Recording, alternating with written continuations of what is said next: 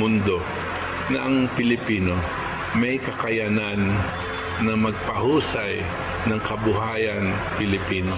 That we call on all patriotic Filipinos to discard ideological differences, party affiliations, disparity of religious beliefs and regional origins, to close our ranks, stand behind one flag, commit our honor, dedicate our lives to fight as best we can in defense of our country. Ang ating katipunan. Ang ating katipunan. Ang palatuntunang maghahatid sa inyo ng mahahalagang impormasyon tungkol sa mga kaganapan sa loob at labas ng bansa. Ang ating katipunan. Magbibigay liwanag sa mga katanungang nagdudulot ng pagkalito sa mga mamamayan hango sa aral ng pandaigdigang kasaysayan. Ang ating katipunan. Makikinig sa inyong mga daing at kuro-kuro sa pagsusuri ng mga kasalukuyang suliranin ng ating bayan at ng buong mundo. Ang ating katipunan. Maglalatag ng kalutasan ng mga sanhi ng paghihirap ng kalagayan at kabuhayan ng sambayanan. Ang ating katipunan. Ihahatid sa inyo ni Itos Valdes ng Philippine LaRouche Society at Partido Politikal ng Katipunan ng Demokratikong Pilipino kasama si Cathy Cruz.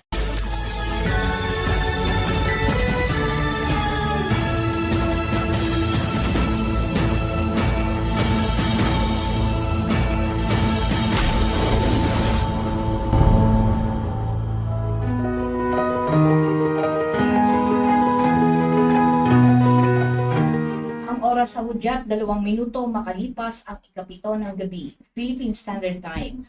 At kayo po ay nakikinig dito pa rin sa himpilan ng RMN DZXL 558 kHz AM band at sabayan niyo po kaming napapanood sa pamamagitan ng social media accounts ng Katipunan Channel. Ngayon po ay araw ng Linggo, ika-16 ng Hunyo 2024. It's June 16, 2024. Ang himpilang ito ay kasapi ng KBP, kapisanan ng mga broadcaster ng Pilipinas. Magandang gabi po mga katipon sa Pilipinas at sa buong mundo.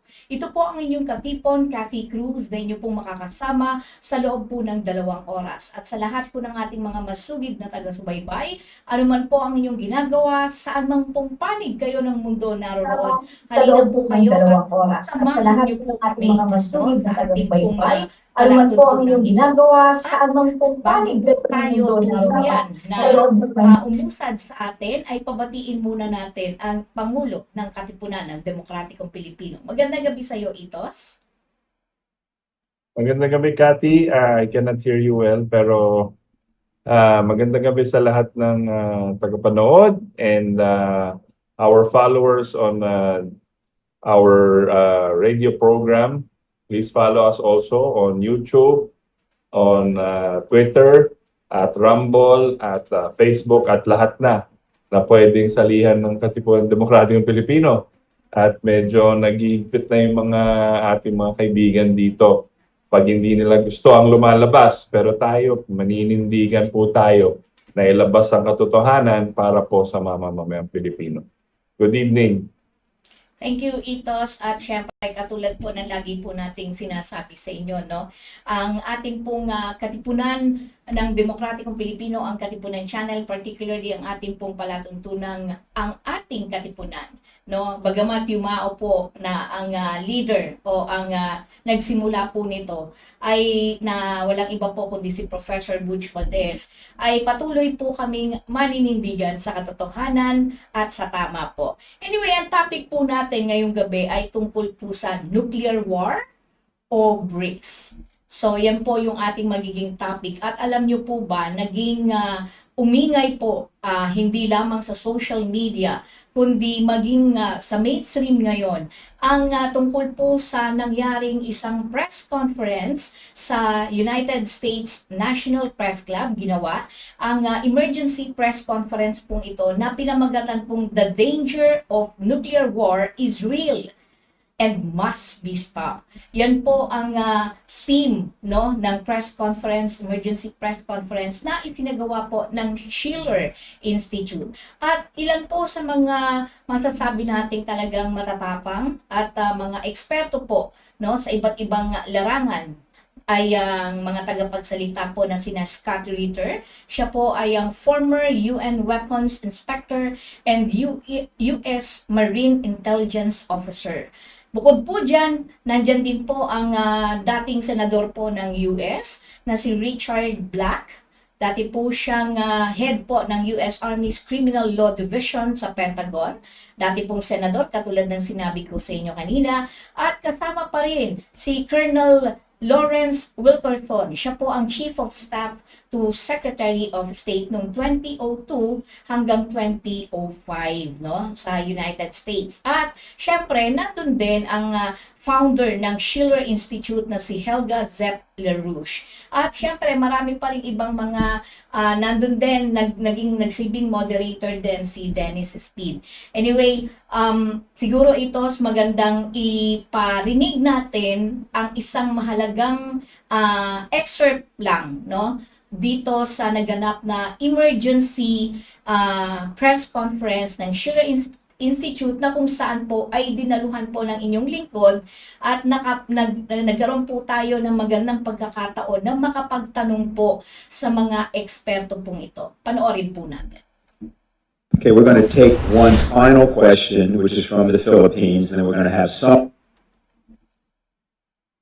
will probably be more than interested after this discussion that there's an organization called the International Peace Coalition. The person who convenes that each week is Anastasia Battle, who's here to my left, and I'm going to have her say something about that at the very conclusion.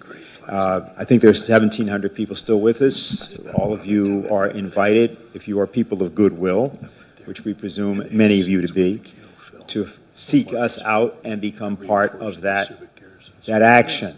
So we'll go to the final question, which I mentioned is from Philippines, and it is from Maria Catherine Suba from Radio Mindanao Network.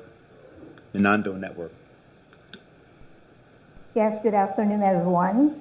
It's already 2:57 a.m. here in the Philippines. I am Maria Catherine Cruz Suba, a freelance broadcaster. I am a co-host of late Butch Valdes with Itos Valdes in Radio Mindanao Network DZXL, ang Ating Katipunan show. My question goes to Mr. Scott Ritter. As a former UN Weapons Inspector and US Marine Intelligence Officer, and actually to anyone else who wants to answer, a proxy war is being orchestrated in this part of the world, our country, the Philippines. Our country is actually being used by the US in its intent of war against China. And according to geopolitical analysts, the Philippines will be the next Ukraine. The Philippine President Ferdinand Marcos Jr. has allowed additional 9 EDCA sites, or more appropriately 9 US military bases all over the country. The armed forces of the Philippines seem to be following orders from their US counterpart. Drumbeats of war is being heard almost every day. Xenophobia is being propagated on mainstream media. Almost every week, there's an incident of Chinese Coast Guard that water cannons a Philippine vessel at the South China Sea. Do you think a false flag operation can happen here as tensions are getting worse? What do you propose for this to stop? Thank you. Well, thank you very much for the question. Just so you know, I have a little bit of background in the Philippines. In 1986, I was deployed there as a platoon commander to reinforce the Subic garrison after the fall of the Marcos regime. There was concern about the new People's Army, so I have a warm spot in my heart for the Philippines. Let's build upon what Colonel Wilkerson had said earlier. The United States is incapable of fighting a sustained conflict against a peer-level force. The United States cannot fight and engage China and win. We will not beat the Chinese. We cannot beat the Chinese, and we know this, and yet we're using the Philippines to create the conditions of potential conflict with the Chinese. Please understand that for the Filipino people, this is a recipe for disaster. You think America is your friend. So too did the Ukrainian people, and they are dying by the hundreds of thousands. Friends don't let friends die in those quantities. The Ukrainians have been displaced by the tens of millions. Friends don't let friends have their cities destroyed in this manner. Friends don't let friends have families separated, have mothers and children destined to a life of refugee status and perpetual poverty. That's not how friends behave. America has never been the friend of the Ukrainians, and we are not the friends of the Filipinos. We don't like you. If we did like you, we wouldn't be doing this to you. We are using you. You are a tool, nothing but a tool, and when the tool ceases to be useful, we will discard you. And discard you means usually after a war that devastates you. We are using you to gain some sort of momentary leverage over the Chinese. We will fail. The Chinese will win, and you will be destroyed. End of story. It's high time the Filipino people pressure their government to start sitting down and engaging the Chinese government responsibly. China is not your enemy. China is your neighbor. China is your friend. China doesn't want war. And if you would engage China in diplomacy, and as we've all indicated here, America has long since lost the skill set necessary to carry out diplomacy, but the Philippine people can reignite this, to relearn it, to use this skill to prevent a war. But if you continue to behave as colonial subjects, and I know that's a sore subject in the Philippines, because you were the colonial subjects of America. We still view you as our colonial subjects. We don't like you, we don't care about you, we just want to use you. Grow up. Grow up and act responsibly. Take control of your own future. America is not here to help you. America is here only to use you until there's nothing left, and then we will discard you on the trash heap of history. I must tell you, I spent a lot of time in the Philippines and came in off the carrier Iwo Jima, the Valley Forge, the Guadalcanal, and both Scott would agree with me. Americans have a tremendous love for the Filipino people. I would say two of my very, very closest friends are from the Philippines. And we really wish very much that you were not in this posture. But I think it's very important for the Philippines to be clear-eyed in what's going on and not to be led down the path by bellicose military people from the United States. You're talking about small islands. I wish China were not engaged in that particular policy. I tend to be sympathetic towards them on many things, but less so on that one.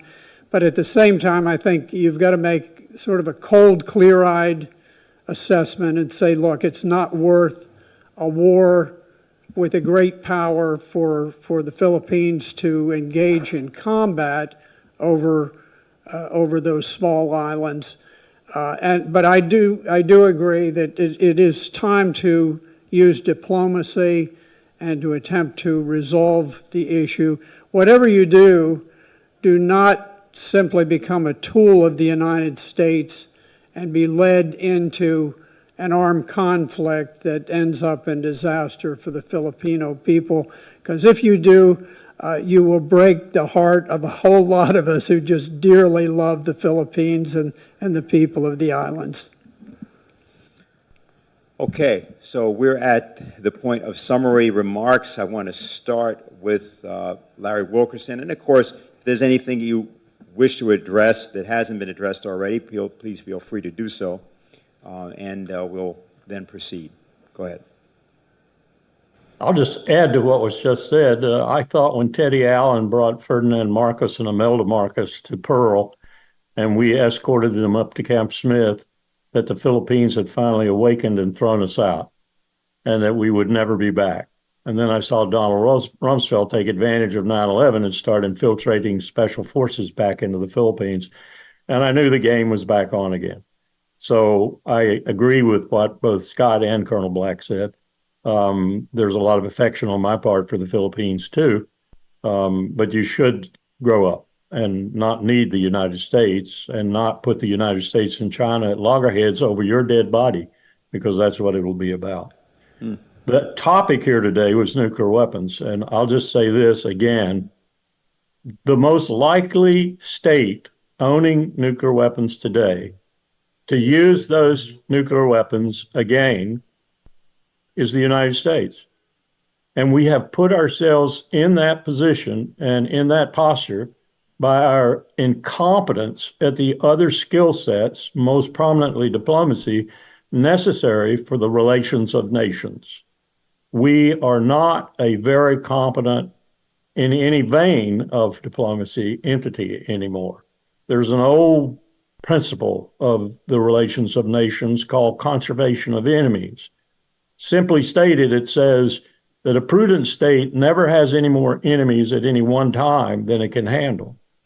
We have 3.6 billion and growing every day, probably by 100 million a week, people who hate our guts, who detest us, who are fed up with us, who think the rules-based order is our rules and orders to them. That's not going to last. It's not going to preserve us. It's not going to preserve our empire in any way, fashion, or form. So if we don't change very quickly, we're going down. And what I would advise people like the Philippines and Australia and other of our good allies over this last 50, 60, 70 years is to check your six really closely and see what you can do to make accommodations with the other powers in the world, most prominently Russia and China, but India is big time in there too. India will be a replacement for China if she just keeps her act together for the next 20 years. And then we'll have those two countries at loggerheads. But you're looking at a dying empire. You're looking at a dying empire. And if we don't do something about it, we're going to have a really bad death, rather than a death, say, like Britain had, where she is still around, stupidly led by Rishi Sunak, but soon to be gotten rid of, probably. So it's a different world. It's a totally different world. It's no longer unipolar. It's multipolar. And it's going to act that way. It's going to have a new financial system, a new monetary exchange system, a new banking system. Everything's going to be new. And we're going to be on the outside unless we learn to accommodate. And you learn to accommodate with that deft instrument of national power called diplomacy. So we'd rather grow some diplomats and fast. Okay, napanood po ninyo ang nangyaring press conference po, at ito ay ang pagsama-sama po ng mga anti-war advocate po sa US para bigyang babala ang mundo sa nakaabang nuclear Armageddon, no? Sa nangyari nga po inorganisa ng Schiller Institute. At isa-isang ipinaliwanag ito ng mga eksperto at mga dating opisyal ng Estados Unidos, ng gobyerno po ng Estados Unidos, kung gaano kadelikado ang nuclear war. So, Itos? Yes, Kat. No, I wanted to comment lang kasi since after that Schiller conference, naglabas tayo ng mga videos at pinink up to ng mga kaibigan natin sa media at yung mga vloggers at syempre ang tanging gusto nilang magka-reaction and yung mga headline nila is yung sinasabi po sa yung reaction ni Scott Ritter. Now, if you know Scott Ritter, just a little bit of a background on Scott Ritter. He was a U.S. military intelligence. Tapos sumama siya sa UN as weapons inspector when they went to Iraq. I think this was 2003 or... Kasi, ang pinapalabas dati, kung maalala po natin lahat, dati, itinutulak ni George Bush at yung mga US establishment, yung gobyerno ng US, na ang Iraq ay may weapons of mass destruction. At kinumbinsin nila, kasama na yung si Tony Blair, if I believe, ng Prime Minister ng England at yung mga iba ng Germany at lahat sa UN na kailangan pasukin ang Iraq at ibomba ng UN. So kinukumbinsin nila na ang Iraq ay may weapons of mass destruction. Ngayon, itong si Scott Ritter na pumunta doon, dahil sa integridad po niya, sinabi niya na wala. Wala silang tinatagong UN weapons. Mula noon, sinaraan na siya sa media, tas may mga kaso siya na pinataw sa kanya. Okay? So this was in maybe 2010, 20. So, he became parang the enemy of the state. Kasi, nagsabi siya ng totoo na walang weapons of mass destruction. And years later, nalaman ng taong bayan, wala pala. At pinasukan nila yung Iraq, sinira nila yung Iraq, okay, on a false premise. Tapos, ang dami nilang pinatay, okay, sabi nila, masama daw yung Iraq, masama. So, ginera nila yung Iraq, kinuha si Saddam, at pinatay nila si Saddam. Pinatawan ng korte, kunwari, na tinatawag natin kangaroo court, hindi naman totoong korte, at pinapatay. Okay? Iyan ang ginagawa ng US Intelligence Services. Itong mga Scott Ritter, Richard Black, and si Wilkerson, these are all very credible and respected military experts. Okay? And these guys are sticking their necks out. And sinasabi nila, itong nangyayari ngayon, napakadelikado. Kasi ang intensyon ng US admin ngayon, Biden, at yung mga nagko-control kay Biden at yung mga military adventurists ng US and CIA are all pushing for war. Okay? Siyempre, yung local media natin nagugulat kasi itong nakita nila, itong Amerikano and former military expert ay nagsalita against what the US is doing here in China. Kaya minabuti nag-attend si Cathy at si Ver ng press con, madaling araw po yun, at nag-question sila. Maganda yung question po ni Cathy at sinagot naman nila.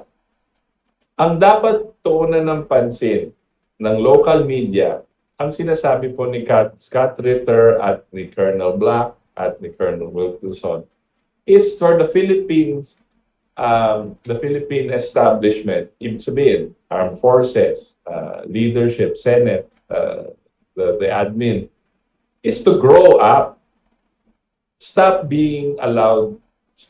allowing yourselves to be used for this kind of military adventurism na hindi tayo magbe-benefit from. Okay, yan ang dapat tuunan ng pansin ng media. Hindi yung hirit ni ang style ni Scott Ritter, gisingin po tayo. Kaya ganyan siya magsalita. Para siyang sinatawag na tough love. Para matauhan po tayo. Okay? At kakatuwa nga may nakita akong mga reaction sa mga ibang video, bayad daw si Scott Ritter ng China at Russia. Yan, partly yung mga nagsasabi niyan, partly, I would say, they're trolls, number one. Number two, tanga. Mga tanga sila. Hindi sila nag-iisip. Kasi ang nasa utak lang nila, China bad, US good. Yun lang. At wala na silang maisip na ibig sabihin, hindi sila nagbabasa ng history, hindi sila nagbabasa ng Yun po. At yung mga eksperto natin na ini-interview dyan sa mga media, mainstream media, I'm sure nagugulat sila na may mga ganito. Kasi yung tinatawag nilang expert advice nila is really just propaganda from one side. Okay, so it was a good interview at kinakalat na ngayon, and the Filipinos should learn from this. And kung napansin nyo, gusto ko lang ma-emphasize. Yung tatlong yan, sinasabi nila ang dami nilang experience sa Pilipinas in different parts, in different eras, and they have a soft spot for the Philippines. Naiinis sila. Kaya sila ganyan magsalita. Naiinis sila kasi ginagamit na naman tayo.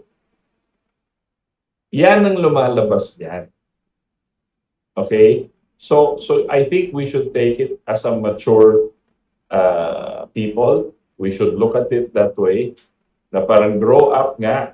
Huwag na tayo magpagamit. Engage as an adult with the US and China. And diplomatically, sabi nga ni Scott Ritter, yung US di na marunong mag-diplomacy, puro gera na lang. Yan ang natutunan nila. Pero ang Pilipinas, baka pwedeng to engage as equals with China and the US, na parang ayaw namin ng ganito na lang. Hindi yun po yung sunod-sunuran. Gusto ko lang ma-emphasize yun. And that video has been trending and going around with views. A lot of people are picking it up. And it's good kasi para siyang nakakagulat na may ganito. And I would encourage rin yung mga kaibigan natin na nanonood o nakikinig. Mag-research po tayo. Pumunta tayo sa X, pumunta tayo sa YouTube, maghanap tayo yung mga links na binibigay po natin at nakikita nyo. Matuto po tayo, mag-ano tayo ng konting history. At you have a wider perspective on what's happening. Kasi nga, sabi nga ni yung sa huli, si Wilkerson, sabi niya, iba na po yung mundo. Ibang-iba na. It's called a multipolar world. Ibig sabihin, there will be centers of influence around the world, iba-iba. And that's what we will discuss moving forward, no? The other thing is that, Cathy, you have any more reaction before we go to the next video? Actually, ang isa sa tumimo din doon sa mga sinabi ni Scott Ritter, no, Itos, yung salita niya coming from a American soldier, China doesn't want war. Hindi gusto ng China na magkaroon ng gera. Kaya ang pinaka-importante, katulad nga ng nabanggit mo rin, is engage China in diplomacy. At makikita mo talaga na siya mismo naniniwala, meron pa nga siya isang sinabi na we cannot beat China. America cannot beat China. 'Di ba yung mga ganon na mga speech? Pero hindi yun eh. Ang importante is that sa isang bansa na katulad ng China na ang tingin ng mga propagandista, no, na masama, dinedemonize nila ang China. Na kabaligtaran sa sinasabi ni Scott Ritter na isang Amerikanong sundalo, isang eksperto pagdating sa mga digmaan, 'di ba? Na nagsasabi na hindi yan ang gusto ng China. Hindi gusto ng China na magkaroon ng gera. Yun ang importante sa akin, Itos. Yes, and I want to build on what you said, no? Yung sinasabi niyang China is not your enemy, China is your friend. Yes. Look, China is not, hindi naman sinasabi namin na China, anghel yung China. Hindi naman either or yan. The point being is China has their own interests, correct? But it is not in their interest to wage war against any nation. Now, if we get into a deal with China, interesado ang China makipag-deal in terms of economic projects or development. E di doon tayo sumama. Ba't tayo sasama sa isang bansa na gusto lang magkagera? Right? So, that's what he's saying. Hindi po namin sinasabi na anghel yung China, anghel yung ibang bansa, Russia. They have their own interest. But they're willing to make a deal, just like business partnership. Eh, ba't di na lang gano'n? Diba? So, And you know, when Scott Ritter said, we cannot win a war against China. Kasi po, these guys, coming from these military experts po, ha?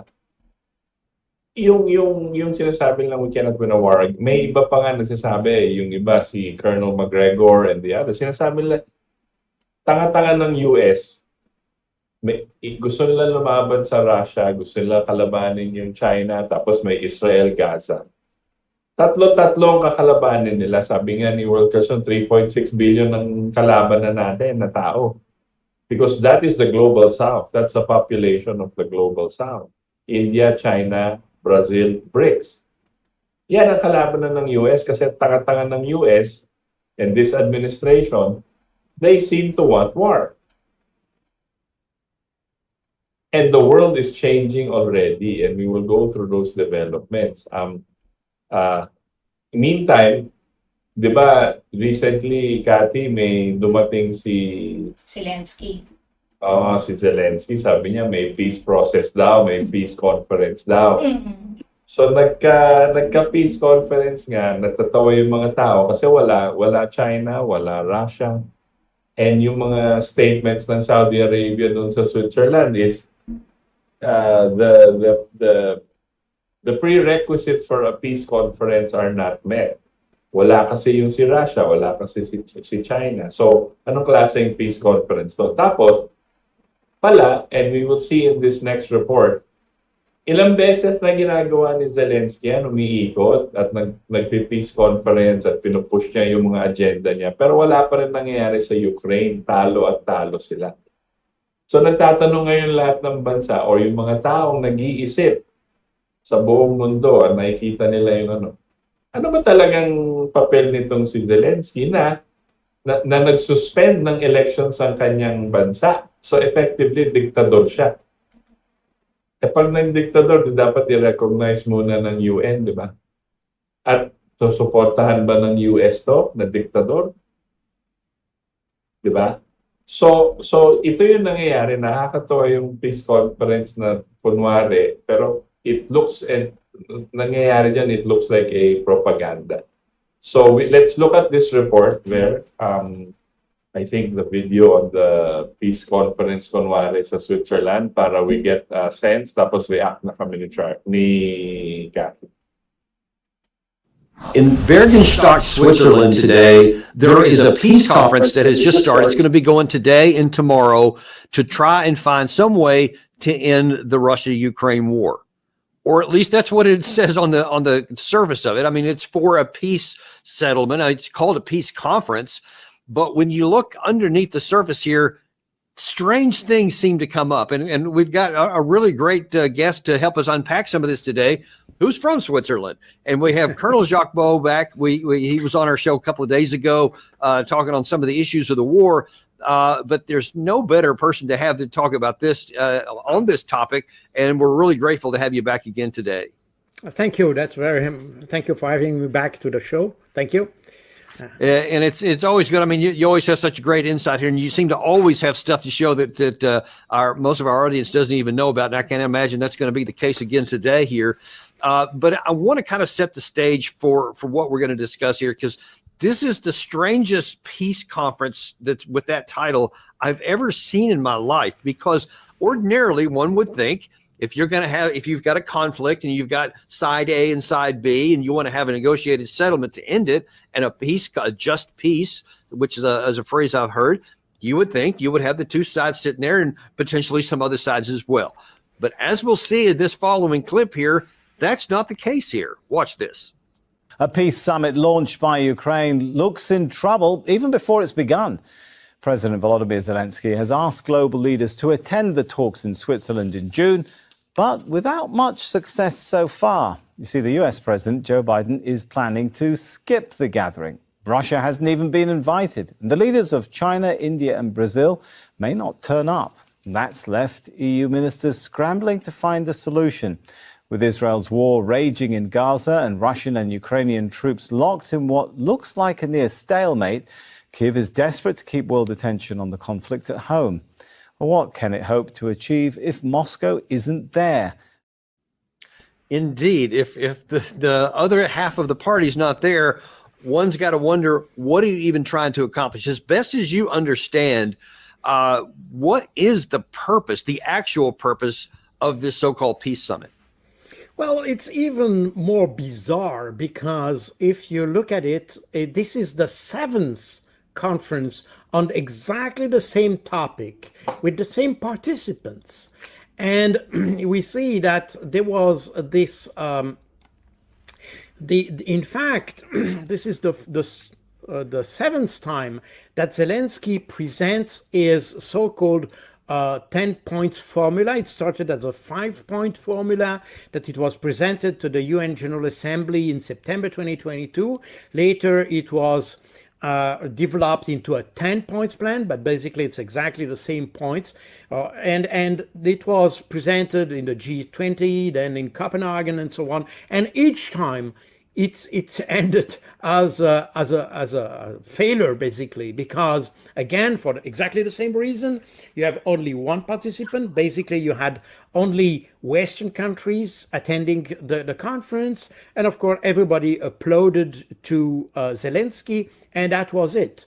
But this didn't help to solve any question and didn't address any of the realities on the ground.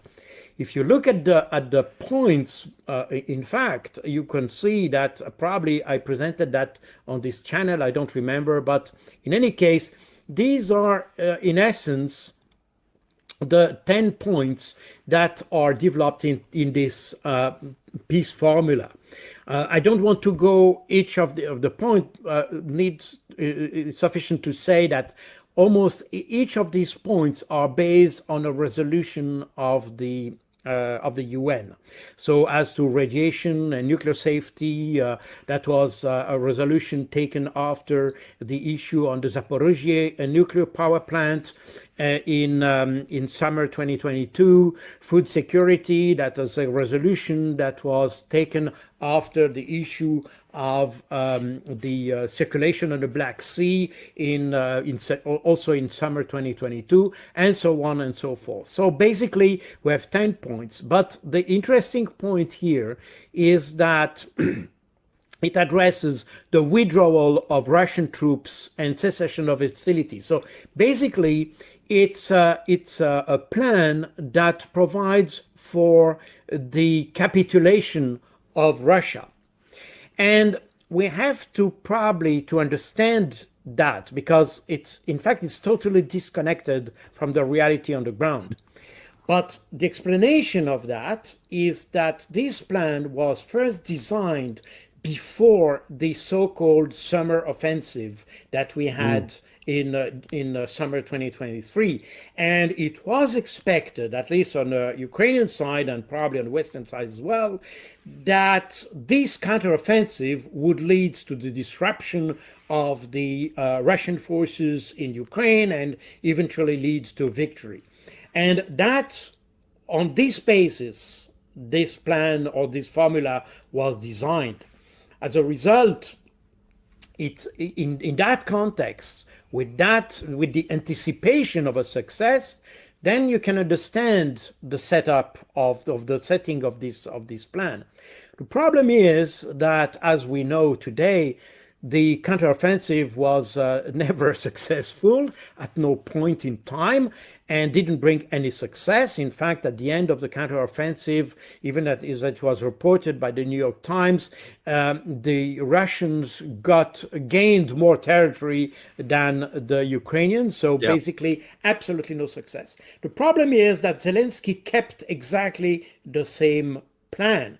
And he presented this plan in Malta last year, and the Swiss government offered to discuss the plan once again. Yeah, now I actually wanted to ask you about that, because I cannot understand, why would the Swiss government want to put their name and their credibility and their reputation that they've got for decades, even centuries really, of being a peacemaking kind of entity, but there's something that can't lead to peace. Why did they agree to do this when they knew it wasn't going to include Russia? Well, thank you for asking the question. And even though I'm Swiss, I'm not able to answer it. This is totally irrational. Okay. And I think a lot of people in the Swiss, including the Swiss military, don't understand what is the purpose of all that.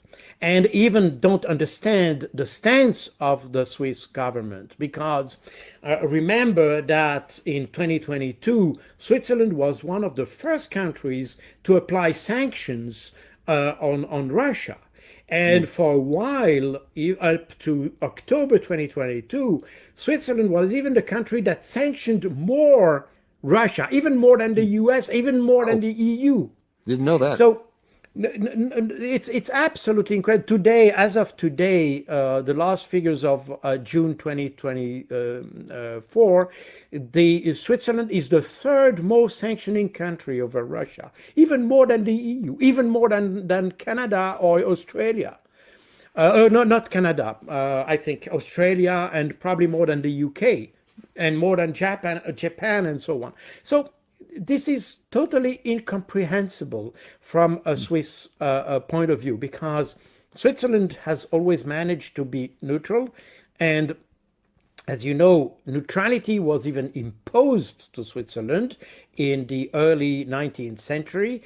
And since it was imposed by the so-called big powers, or great powers, as they were called at that time, like France, Germany, Italy at that time, and this neutrality was considered as recognized or acknowledged by everybody. And that's the reason why this neutrality was never violated during World War I and World War II.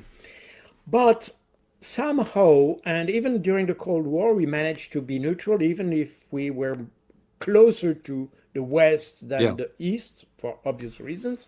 But in any case, we managed to keep this neutrality. And today, with this conflict in Ukraine, everything has been thrown overboard, and the neutrality basically doesn't exist anymore. And as the Ukrainian government, by the way, asked Switzerland to represent their interests in Russia, because we have an embassy in Moscow, of course, and the Ukraine and Switzerland asked to be acknowledged to be representing the Ukrainian interests in Moscow. The Russian foreign ministry refused to say, well, why should we accept that you represent Ukrainian interests? You are supposed to be neutral.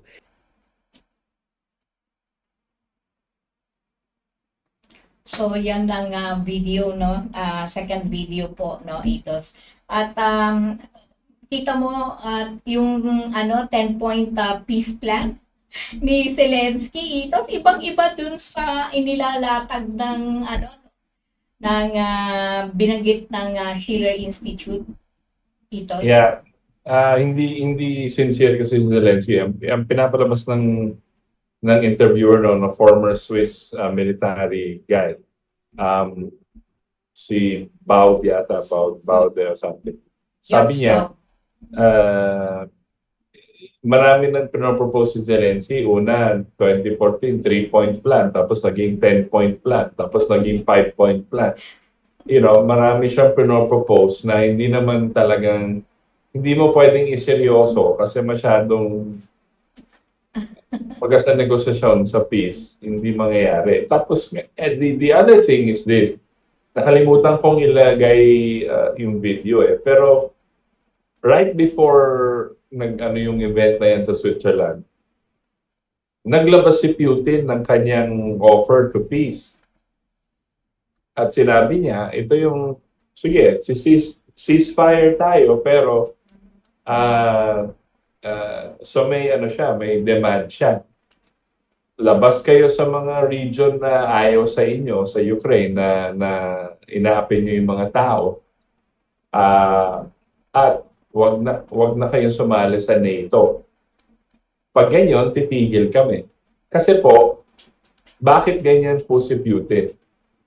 Contrary, taliwas ba, Cathy, yung name? Taliwas. Taliwas sa sinasabi ng mga kaibigan natin sa media o nire-report nila at pinapalabas dito, yung Ukraine wala na pong hindi na kayang lumaban. Kaya humihingi at humihingi siya ng pera. Umiikot siya. Yan na lang ginagawa niya. Sinuspindi niya yung eleksyon niya.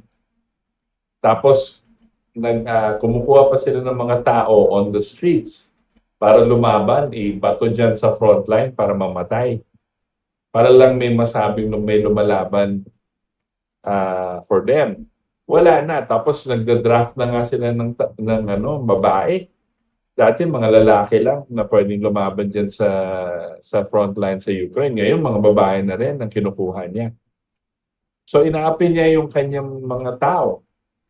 Mga taong bayan ng Ukraine, the Ukrainians, are even being forced to fight. And this is what's happening. And the Russians are not pushing forward as fast because ayaw nilang saktan yung mga civilian.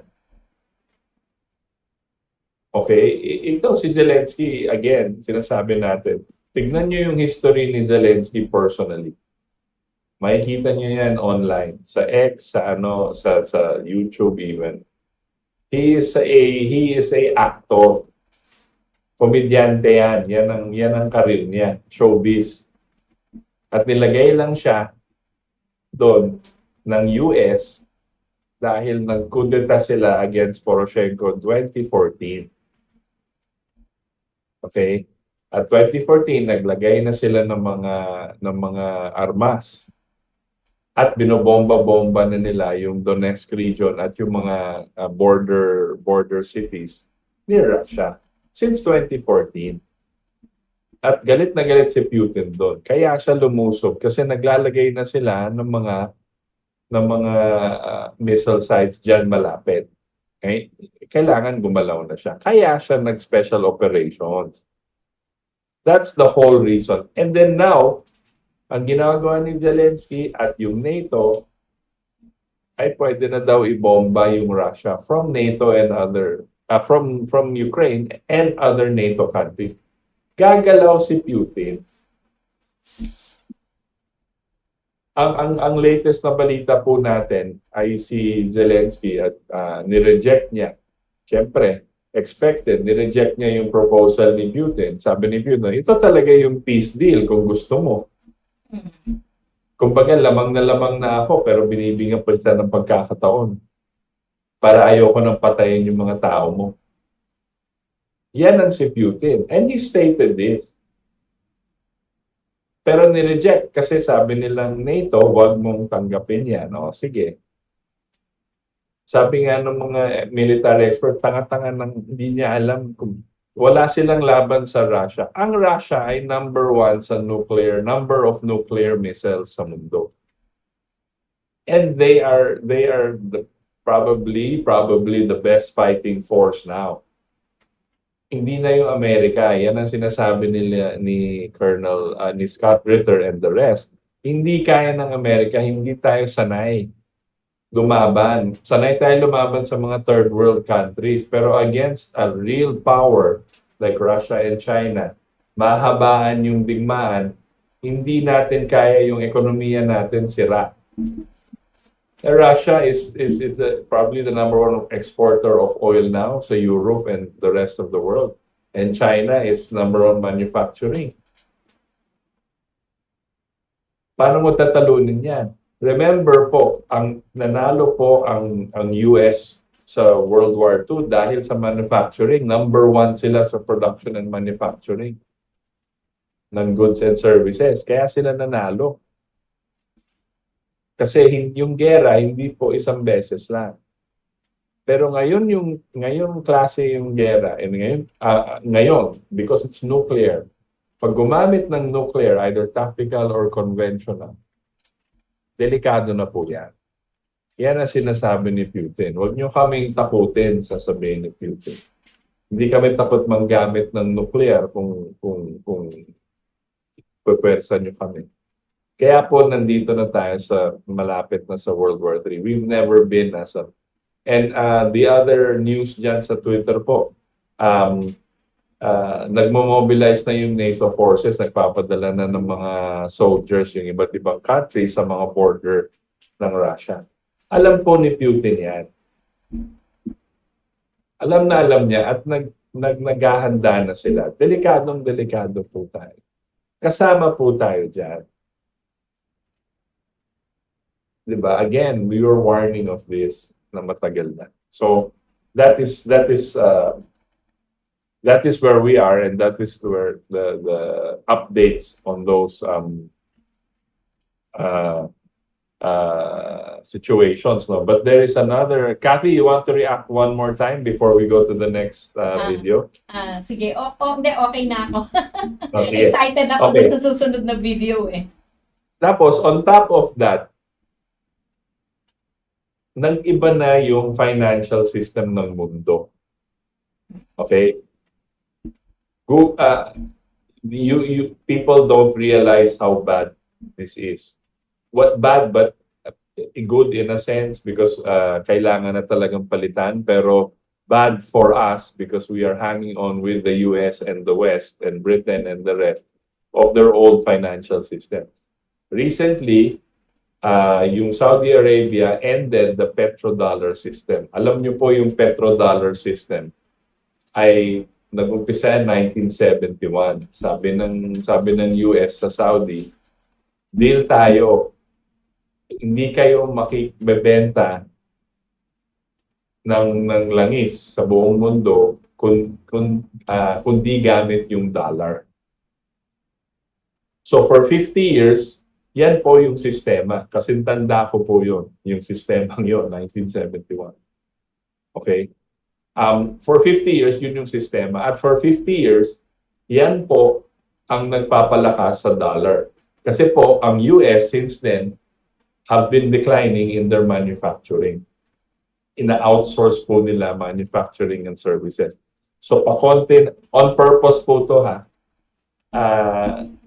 Pakonti pababa yung kalidad ng US in terms of manufacturing. And now, Saudi Arabia says, we are not renewing that arrangement. We will end that 50-year arrangement. So, that's what you call dollar decoupling. Hindi na sila attached to the US dollar. And that goes to China and Russia also. Now, you can buy oil by many different currencies. So yung tinatawag nilang petrodollar system na siya nagpapalakas sa US dollar for the past 50 years is now dead. And I'd like to show this report because this is like an earthquake or tsunami or a nuclear bomb in the financial world because it affects all transactions, institutions based on that 50-year system. At nakakatuwa kasi yung mga bangko dito at yung mga business at yung mga ano dito, walang nagsasalita about that. Yung mga analyst dito sa Pilipinas na napakatalino kuno, hindi nila dinidiscuss po yun. That's probably the biggest news. And the BRICS is coming up. The BRICS is real. The BRICS is here. Kumbaga, sabi nga ni LaRouche, a decade ago, more than a decade, the Titanic has struck the iceberg. Either malunod tayo kasi matigas ang ulo natin or punta na tayo sa lifeboats na BRICS. So I want to show this other video, this next video on it, and then we can react on it, Cathy. Okay.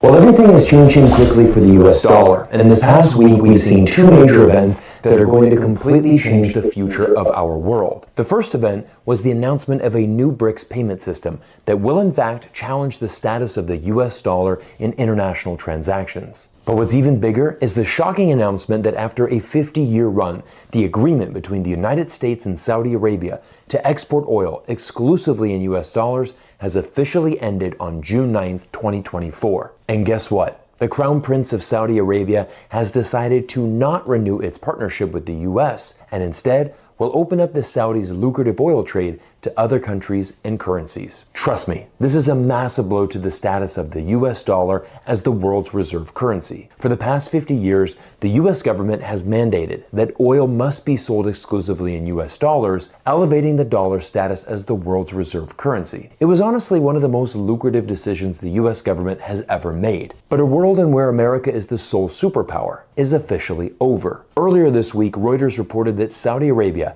has now joined a China-led central bank digital currency project in what could be another step towards less of the world's oil trade being done in US dollars. Last week, US Congressman Thomas Macy made an appearance on Tucker Carlson's podcast and gave one of the most authentic breakdowns of what's happening with the US dollar. Trust me, there are very few politicians in Washington who are actually worth listening to, but Congressman Macy doesn't sugarcoat what is really happening. And we can do that as long as they use our currency, but I think it's going to end at some point. They're going to quit using our dollars as reserve currency. I mean, I watched your interview with Putin. One of the things he said that is true is when we sanctioned him, before we sanctioned Russia, 70% of their transactions were in US dollars. And after the sanctions, it's less than 20% of their transactions are in US dollars. Ironically, every time the US government introduces a new economic sanction, it moves the world one step closer to de-dollarization. To be honest, the exact same thing is happening with the US government's microchip battle against China. The US doesn't want China to have access to America's best microchips,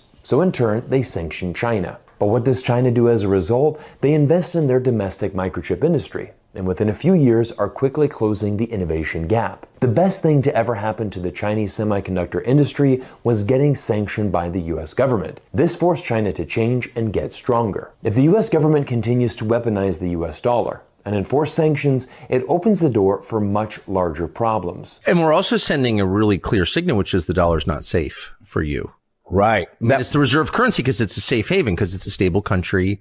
It's the most stable country in the world, and we're not going to weaponize the dollar because that would be shooting ourselves. But suddenly we are. Of course, we can see this unfolding in real time as well. Earlier this week, Joe Biden and French President Macron reached an agreement to use the profits of frozen Russian assets to send additional funding to Ukraine. This is a dangerous move from the US and French governments because it not only violates international law, but it exposes how much at odds Western leaders are with their populations on Ukraine. Last week, the Institute of Global Affairs published this groundbreaking study which reveals 94% of Americans and 88% of Western Europeans believe that NATO member countries should push for a negotiated settlement for the war in Ukraine. Literally 9 out of 10 citizens in both Western Europe and the US want this war in Ukraine to end, but our democratically elected officials, who are supposed to represent the people they serve, have other plans. Once again, this strategy will be a disaster for Western governments over the long term. But one of the things we recently did in Congress, we passed something called the Repo Act, where we said we're just going to seize all of Russia's sovereign assets in the United States. Well, it turns out a lot of that is treasury debt that they've agreed to buy so that they can hold dollars. When people see that we've seized their money that they gave us in exchange for these treasury notes, then other countries won't want to buy our debt. As I mentioned before, the US government has weaponized the dollar to the point where other countries are watching and are concerned about the long-term effects of holding too much dollars. One of those countries is, of course, China, who was once the largest holder of US Treasury bonds. At its peak, China held over $1 trillion worth of Treasury bonds, but after the US launched a trade war against China, China has shifted their strategy. They no longer want to hold excessive amounts of US Treasury debt and are now offloading these debts in exchange for gold. China is not stupid, and it knows it could be a future victim of US sanctions itself. You know, we probably wouldn't seize Great Britain's assets, but I could see us seizing China's assets. Why would, I mean, that seems like theft. Just like take a country's assets. I mean, that belongs to the people of the country, right? It's not just Putin. It is theft. Like, it's immoral, but even if you're okay with the amorality or immorality of it, it's short-sighted because eventually it'll catch up with us. As you can see, this interview with Congressman Macy exposes a lot of truth, and it's why the other leading headline that BRICS is launching its own payment system was also significant this week. Here's a clip of Vladimir Putin speaking at the 2024 St. Petersburg International Economic Forum, which was held in Russia just last week. Pay attention to these words as he reveals the future of global trade. По 23 год доля рубля в расчетах за российский экспорт выросла почти в 3 раза, до 39%, в 3 раза. И вместе с зарубежными партнерами будем наращивать применение национальных валют во внешнеторговых расчетах, повышать безопасность и эффективность таких операций. В том числе по линии БРИКС прорабатывается формирование независимой платежной системы, не подверженной политическому давлению, злоупотреблениями и внешнему санкционному вмешательству. Now, if you listen exclusively to Western media, you probably will believe that Russia has been cut off from the outside world and that their economy is finished. But over 17,000 participants from over 130 countries attended this economic forum in Russia as Putin laid out the future of the BRICS plan for global trade. Remarkably, just a few days after this economic summit, Russia held another meeting which brought together the foreign ministers of each BRICS nation to outline the future goals of the organization. In total, there were 54 points addressed during this meeting, and I've read the entire report, so you don't have to. Here are the top 3 most important takeaways. Number 1, a new financial system. The BRICS organization wants to reform the entire global financial system to enhance the voice of developing nations and improve their access to international financial institutions. Under the current US dollar system, every country is under the mercy of the US government, and this remains the biggest motivation for BRICS. Create an independent payment system that uses local currencies in trade and one that is free from US sanctions and outside political pressure. Number 2, Israel-Palestine. I want you to look at this map which shows the countries who recognize Palestinian statehood. Around 88% of the world's population lives inside these green countries, and this map is almost identical to the countries who also support de-dollarization and the rise of BRICS. The war in Gaza has become the latest political issue separating BRICS and the United States. The US will of course always support Israel, and quite frankly has proved useless in ending the war in Gaza. But the BRICS alliance will fight back and pursue a path of statehood for Palestine, something that once again 88% of the world's population wants to see. And number 3, the end of US sanctions. Now the BRICS foreign ministers didn't specifically name the United States, but this point leaves no doubt as to who they were referring to. The ministers expressed concern about the use of unilateral coercive measures, which are incompatible with the principles of the Charter of the UN and produce negative effects on economic growth, trade, energy, health, and food security, notably in the developing world. What I want everyone to realize is that once you remove yourself from the Western media bubble and start to observe global trends, you'll notice the majority of the world are united in what they want. They want economic freedom, and this is why a shift away from the US dollar has begun. They want equal treatment, and this is why 88% of the world once again supports Palestinian statehood. Finally, they want a multipolar world where countries can do business and transact with as many nations as possible. Once again, this is why Saudi Arabia, who is also considering a full BRICS membership later this year, is opening up their oil trade to more countries and currencies around the world.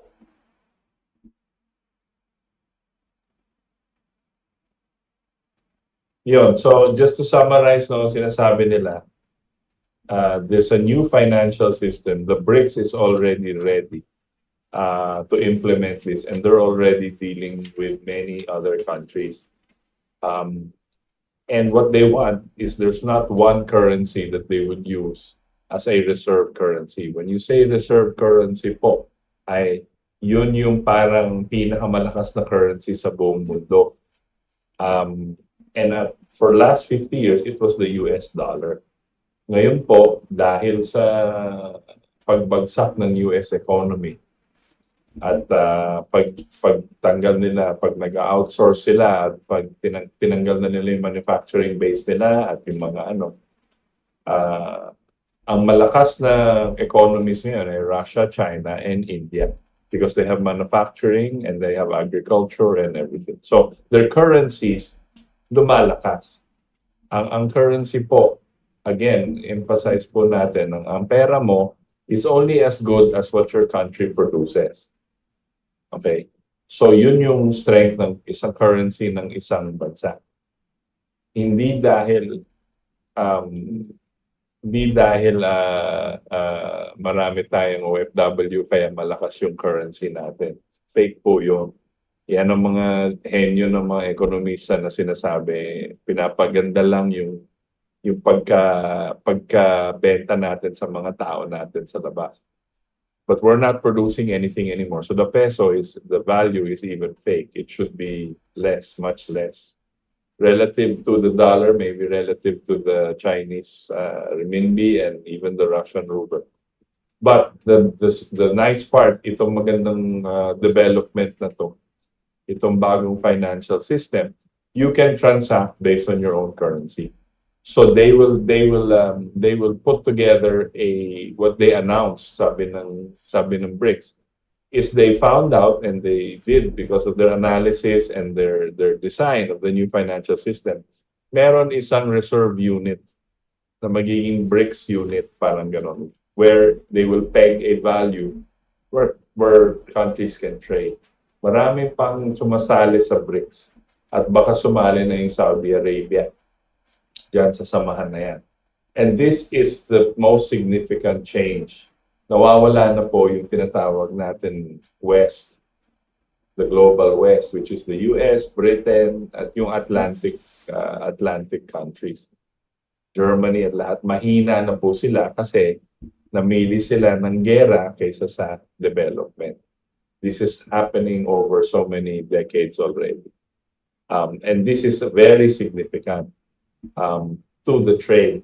And again, our economists and our central bank and our supposed experts are quiet over this development.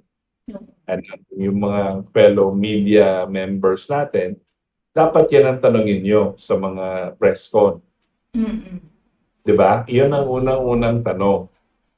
Saudi virtually ended the petrodollar. How will this affect our Philippine economy, our trade, and our dollars in the central bank? Kasi ngayon, yung value ng dollar bumababa na.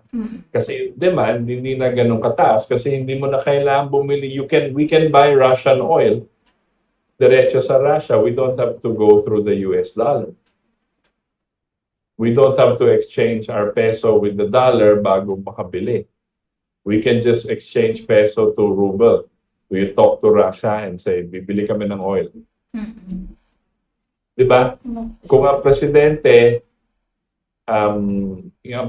natin nag-iisip ng ganyan, hindi ganun kahirap ang taong bayan ngayon. Okay? Because now he sees what's happening in the world and then mag-act na siya.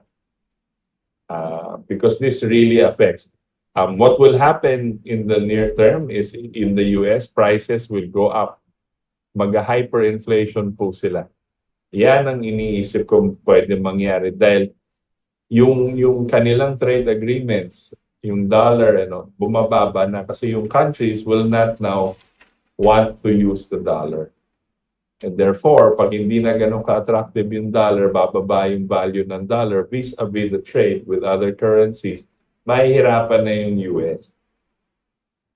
Yun ang nakakatakot. Nakakatakot para sa atin kasi kapituko tayo sa US. Kung anong gusto sabihin ng US and Biden, doon tayo susunod. Again, the Titanic, tinamaan na yung iceberg. Anong gagawin natin? Cathy, comments? Oo.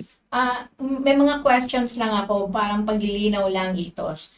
First, di ba, yung 50-year agreement na binabanggit kanina nung yung nagre-report, June 9, 2024 nagtapos at nag-open up na sa other currencies. Ngayon, sinasabi nga na ang palitan hindi na yung base sa dolyar, kundi sa sarili ng currency. So kung halimbawa si Pilipinas makikipag-trade ng sariling pera, peso, papunta dun sa So ang tanong ko na lang dito, kasi dati parang meron tayong basehan, yung dolyar, halimbawa 50 pesos is to $1, di ba? So, paano ngayon yon? Is it yung BRICS ba? Mag-create sila ng isang unit to identify na, yun ang gusto kong maging malinaw lang. Correct. That's why they're creating a common, sabihin na natin, common currency. Na kunyari, para may basehan.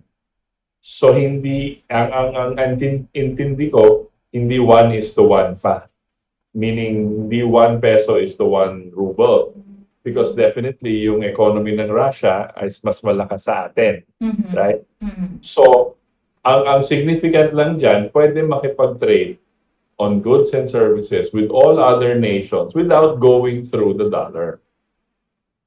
Kasi dati, hindi tayo makabili ng langis.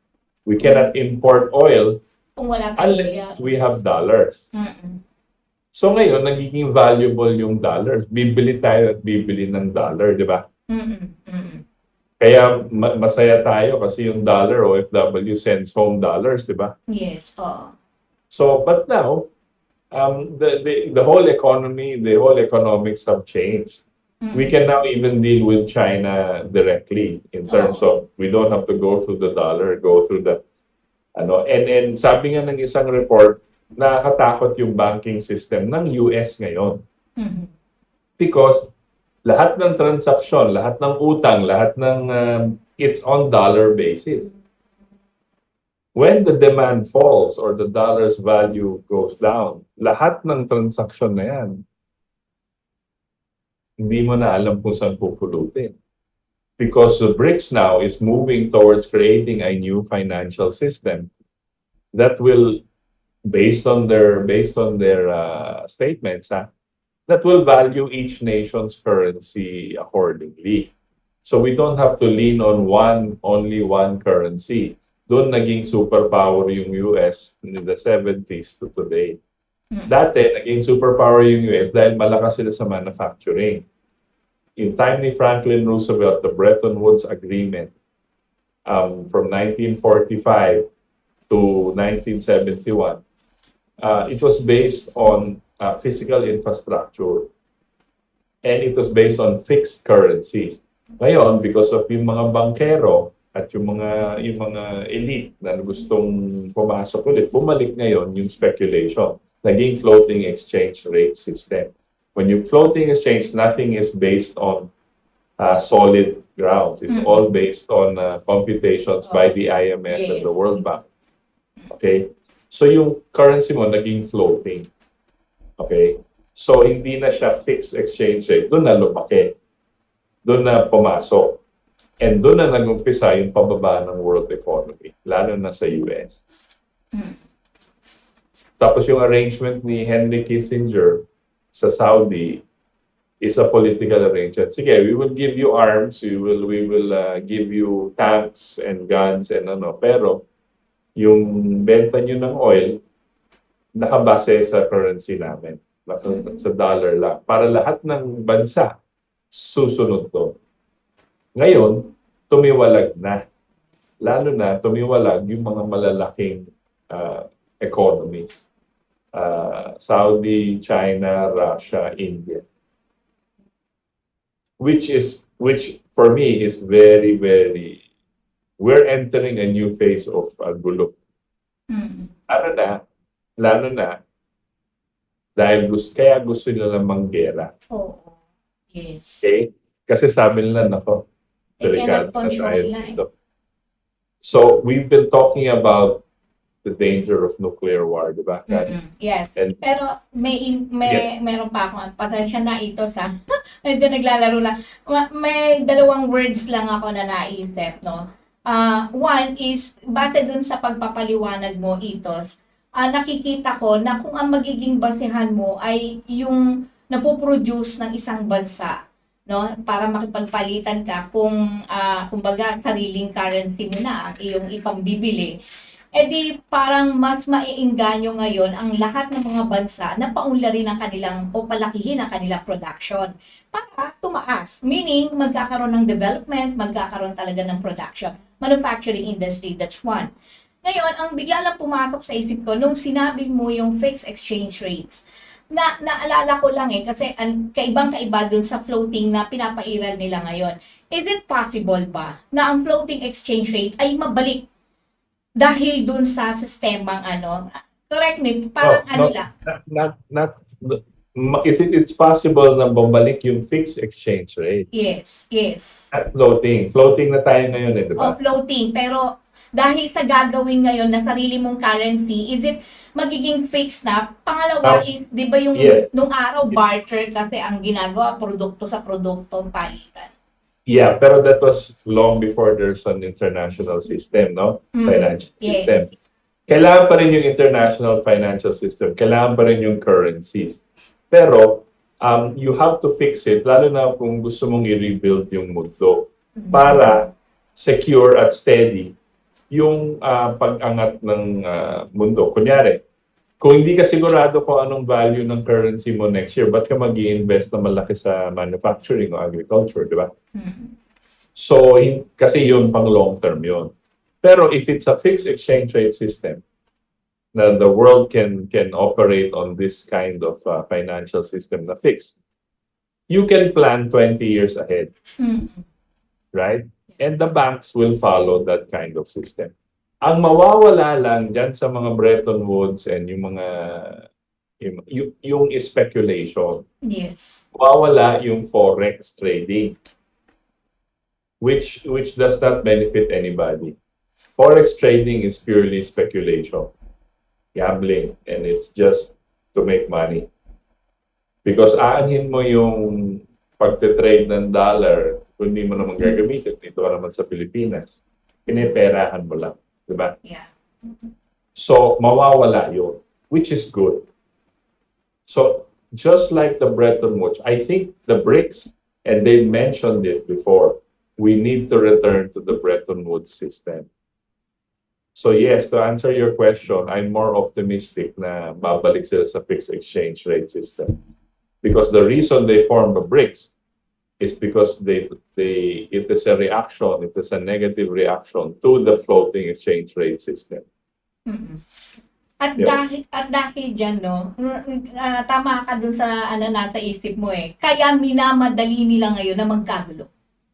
Dahil, kumaga talagang hindi na nila mapipigilan, eto na si BRICS Para bang, pero ang maganda rito, is that meron tayong bihikulo, meron tayong sasakyan towards sa peace. Hindi yung totally na blind tayo at hindi natin alam kung ano ang magiging solusyon. This one, because of BRICS. Kung sumama tayo sa BRICS.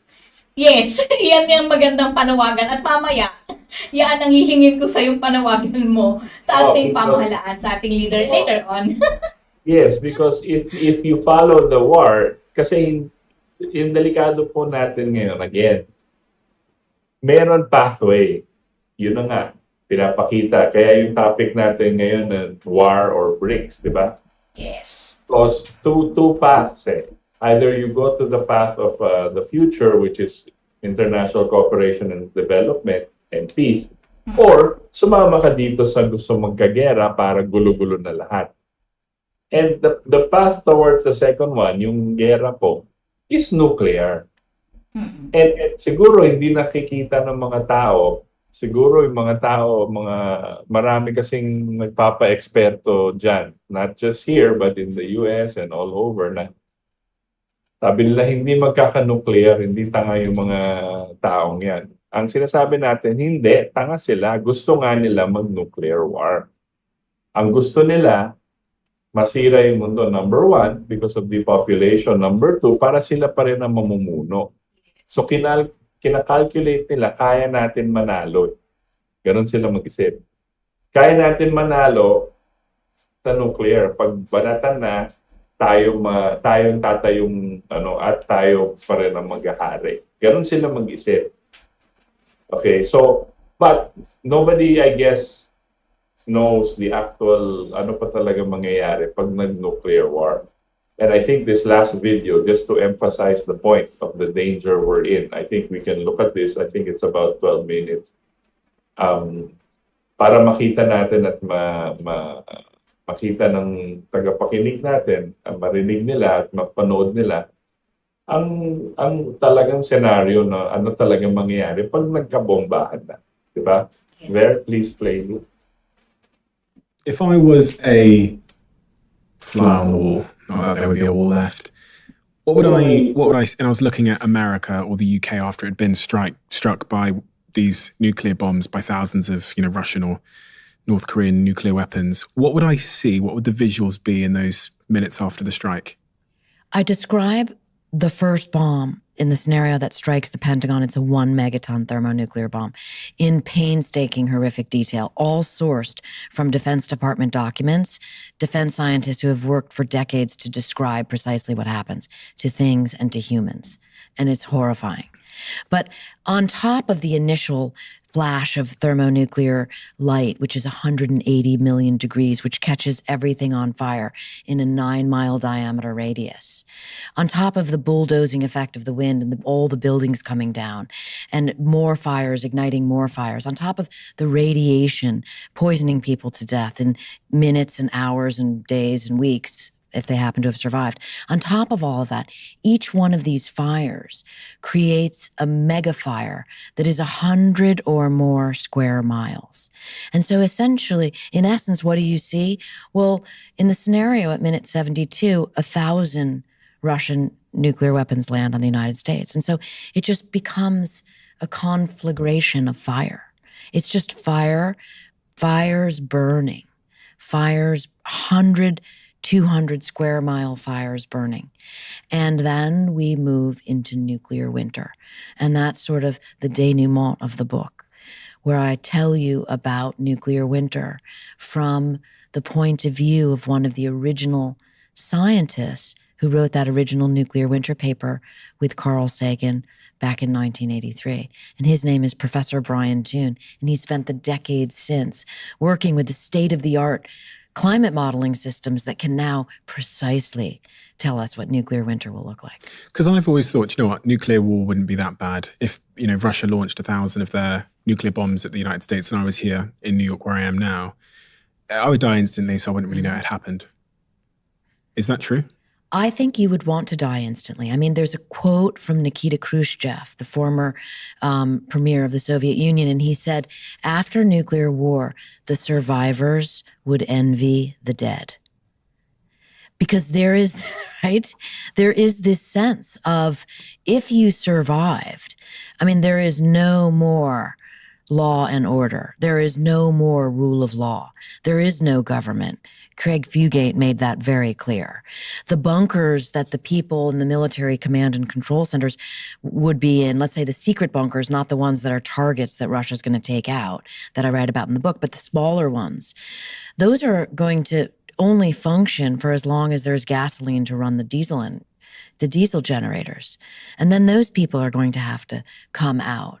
And who's left? It's man returning to the most primal, most violent state as people fight over the tiny resources that remain. And by the way, they're all malnourished, everybody's sick, and most people have lost everything and everyone they know. How's that going to feel? It's going to feel, as you describe here on page 277, there are 1,000 flashes of light superheating the air in each ground zero to 180 million degrees Fahrenheit, 1,000 fireballs, each more than a mile in diameter, 1,000 steeply fronted blast waves, 1,000 walls of compressed air, 1,000 American cities and towns where all engineered structures in 5, 6, or 7 miles radius change physical shapes, collapse and burn, 1,000 cities and towns with molten asphalt streets, 1,000 cities and towns with survivors impaled to death by flying debris, 1,000 cities and towns filled with tens of millions of dead people, with tens of millions of unfortunate survivors suffering fatal third-degree burns, people naked, tattered, bleeding, and suffocating, people who don't look or act like people anymore. Across America and Europe, hundreds of millions of people are dead and dying, while hundreds of military aircraft fly circles in the air until they run out of fuel. I mean, that is some visual. How many people would be dead or dying, do you think, after those 72 minutes? Hundreds of millions of people die in the fireballs, no question. But the number that I think is very interesting to think about comes from Professor Toon and his team, who wrote a paper for Nature recently, 2022, and sort of updated nuclear winter idea based around food.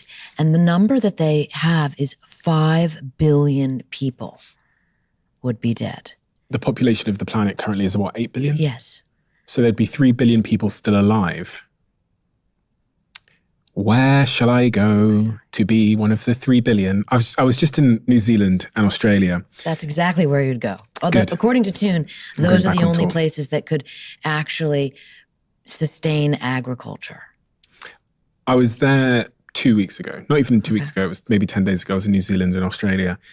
And at that time, I think Iran attacked Israel. Right. Yes. I was kind of happy. You were in the right place at the right time. I was kind of happy for where I was located. If I'm gonna, and I was thinking, I actually remember I was talking to my friends and I pulled up a map and I was trying to see how far away I was from everything. I was thinking because World War III started trending on Twitter, I was thinking if it does break out now, I think I'm probably pretty well placed. Is that the place to be? That is, according to Professor Toon. I mean, he was so generous with me. He shared a lot of his slideshows that he has for his students. And that is really pretty much what's left. I mean, because most of the world is, certainly the mid-latitudes would be covered in these, sheets of ice, the freshwater bodies. Places like Iowa and Ukraine would be just snow for 10 years. And so agriculture would fail. And when agriculture fails, people just die. And on top of that, you have the radiation poisoning because the ozone layer will be so damaged and destroyed that you can't be outside in the sunlight. And so people will be forced to live underground. And so you have to imagine people living underground, fighting for food everywhere except for in New Zealand and Australia. There was also another interesting detail that he shared with me that, 66 million years ago, an asteroid hit Earth and wiped out the dinosaurs and something like 70% of the known species. And Professor Toon compared nuclear war to that situation. And so when you really think about it, and again, this was also echoed by Craig Fugate, FEMA's director, you think about it, there's nothing we can do about an asteroid, at least not right now. And yet there is something, nuclear war is a man-made threat. And therefore, it has to be a man-made solution. What is the solution? I really believe that people motivate other people. It's like a fundamental truth on the smallest scale and on the biggest scale. And so there's one person who is incredibly powerful, and that is the President of the United States. For better or for worse, it's just the way it is.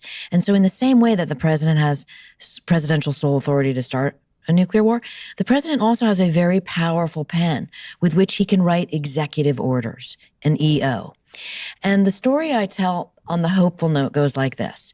When I was in high school in 1983, there was an ABC TV movie called The Day After. And it showed a fictional war between the United States and then Soviet Russia. It was horrific and terrifying, okay? 100 million Americans watched it. 100 million Americans. It's like the third of the population. And I think it was half the population then. President Reagan was one of those Americans. He had a private screening at Camp David. His advisors told him not to watch it. He did watch it. Before that, President Reagan was a hawk. He was pro-nuclear weapons. His position was the more nuclear weapons, the better. He was the one putting nuclear weapons in space with the Star Wars program, the SDI program, okay? He couldn't have been more pro-deterrence supremacy. He saw The Day After, and he changed his position. He wrote in his White House journal that he became greatly depressed. His words. And he reached out to Gorbachev. And then they had a Reykjavik summit, a summit in Iceland, Reagan and Gorbachev. And through communication, right? Through both of them realizing this is madness, realizing what could happen, seeing the day after and realizing, my God, this cannot happen. And they famously issued a statement that said, the joint statement between the two of them said, a nuclear war cannot be won and must never be fought. And the result of the Reykjavik summit was that the world has gone from 70,000 nuclear warheads. That was the all-time high. 70,000. Why do you need 70,000 nuclear warheads? That's what there were in 1986. And now, here we are, because of the reductions, because of the treaties, thanks to those two, 12,500 approximately nuclear warheads. That is the movement in the right direction. And it came from a dramatic story being told, and it came from the president taking action because people would not stand for this anymore. There were massive protests. Do you believe we could ever get to zero? Honestly. That is for the disarmament experts. I like to stay in my lane as a storyteller, as an investigative journalist. I like to give you the dramatic, fast read and then pass the baton to those who have been working on that issue for decades, because boy, are they qualified. I just had the great fortune of being invited to Brussels, where I was part of a nuclear expo, and there were members of the European Parliament in the audience.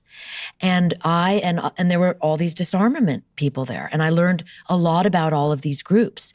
And they have the answer, and they are the ones that should be asked that question, and they are doing a lot to get us there.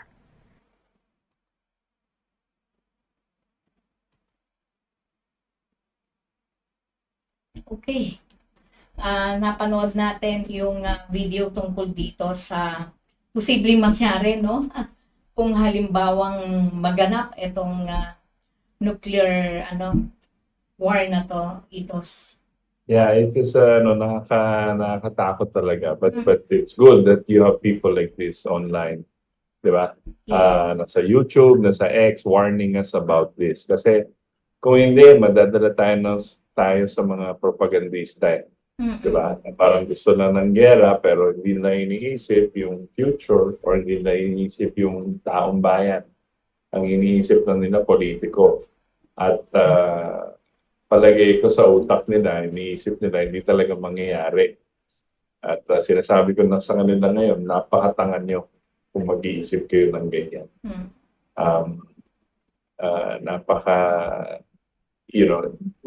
These are the experts around the world already being shown here, and being our opportunity to watch them and listen to them and what they've been saying. They've been warning.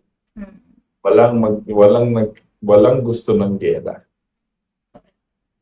And because it will not benefit anybody.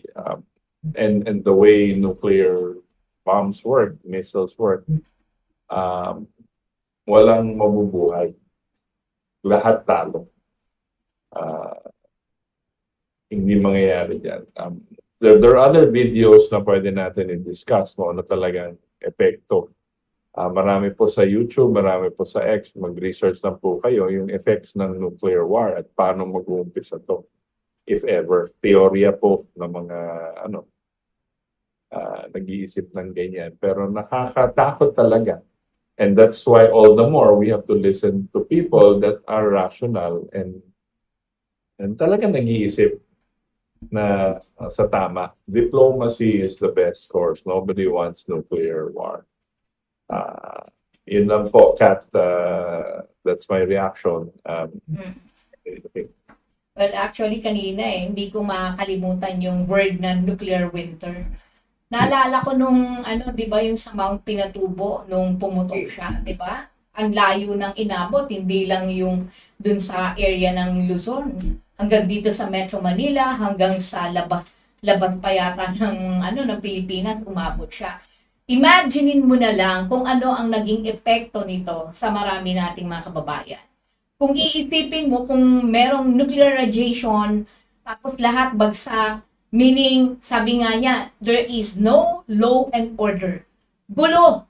As in, gulo talaga. Tapos wala kang Kung natatandaan nyo yung Yolanda, 'di ba? Gulo 'yon dahil sa kalamidad na nangyari. But this time, this is different. Yes. Mabuhay ka man, gugustuhin mo, namatay ka na lang sana. Oo, Diba? yan ang sinasabi nila, parang the living will envy the dead. Yes, Kasi exactly.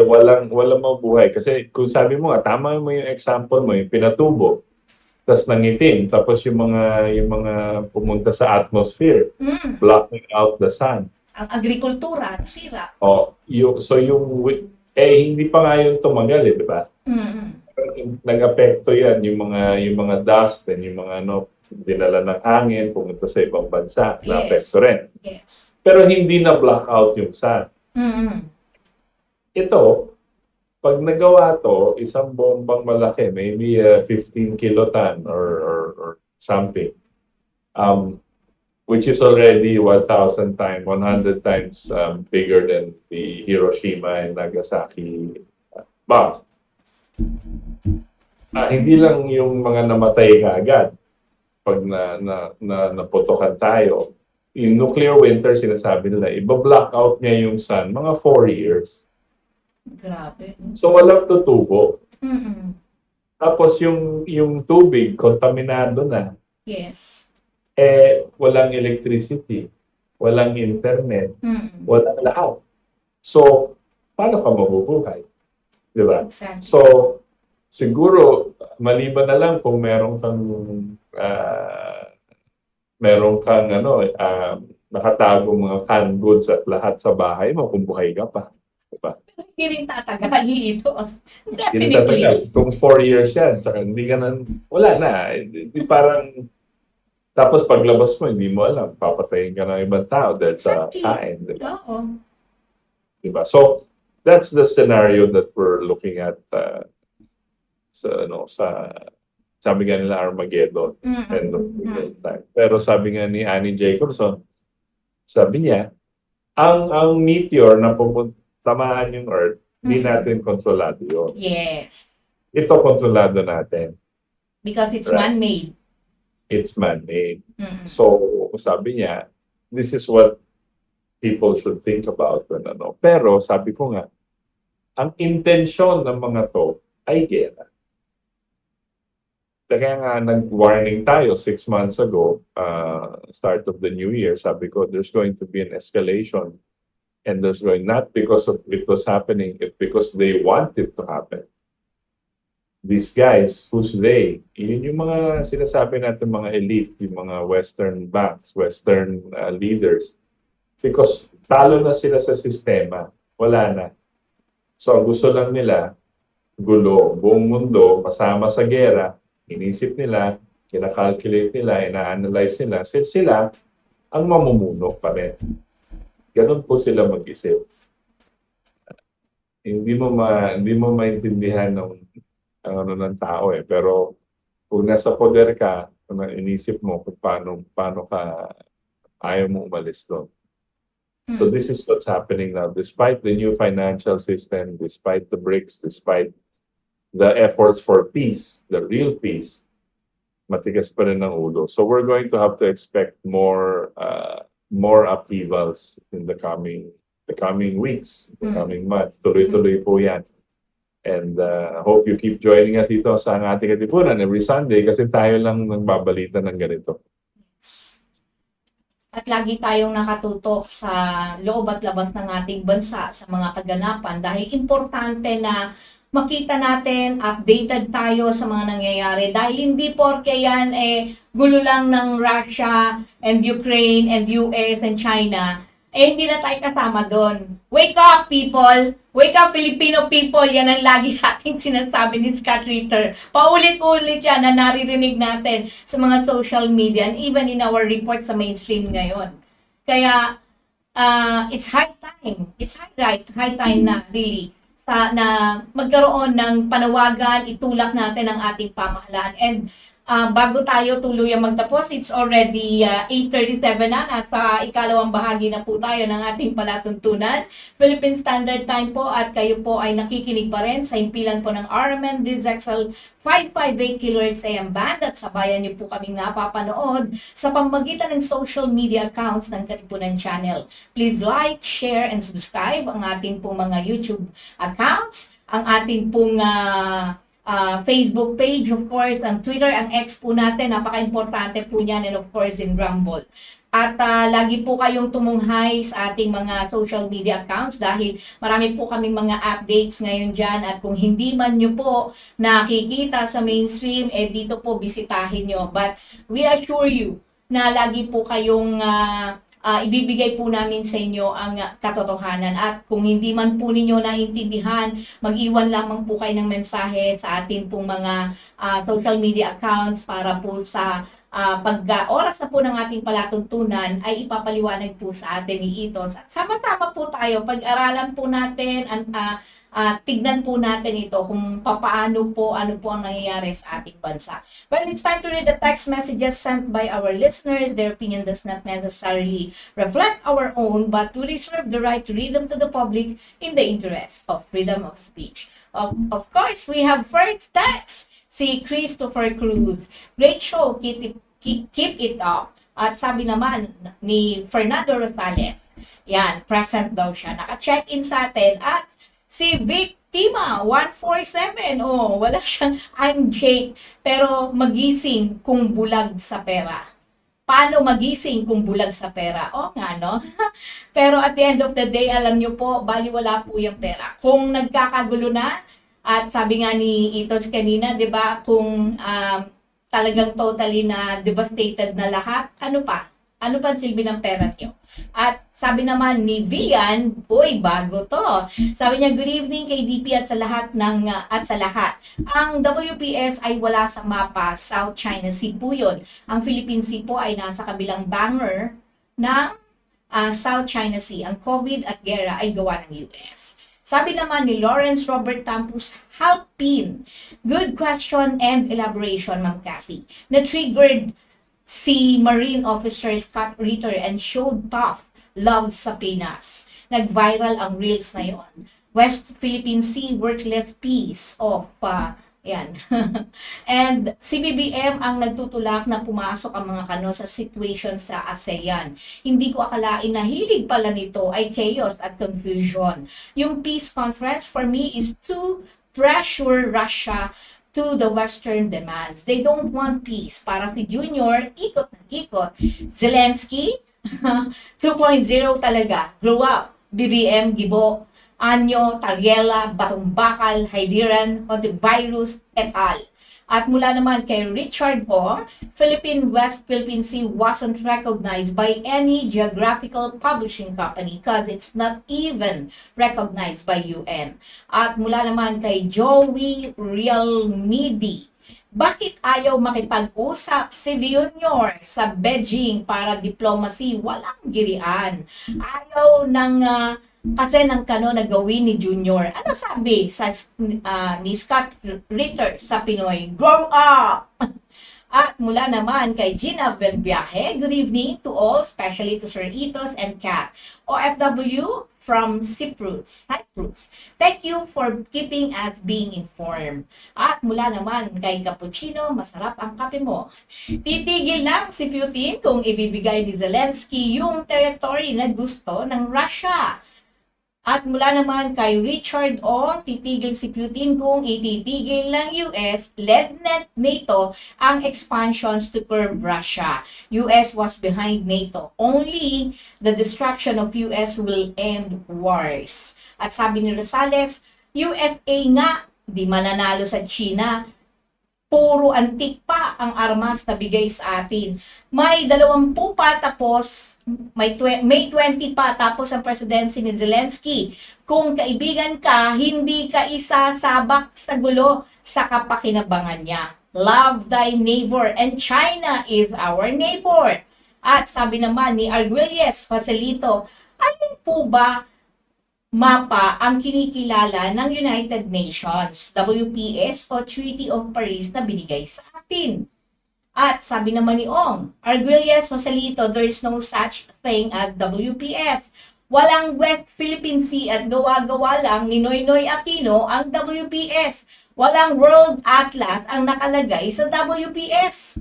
At mula naman kay Guys Counter, nang dahil sa maliliit na bato sa South China Sea, makikipagpatayan ng Pilipinas para sa US laban sa China at maaaring magsimula ng pandaigdigang nuclear world war. Diyos ko!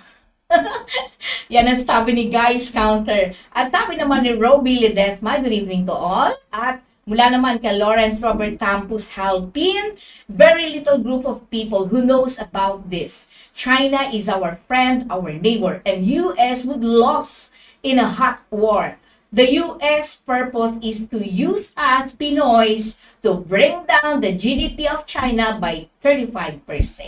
At mula naman kay Fernando, na Zelensky is a comedian by profession. Sabi ni Richard naman, maraming Russian people na nakatira sa Donbas, Luhansk, Donetsk at ang pinagpapatay ni Zelensky since 2014. G7 countries, most of them are now on economic decline.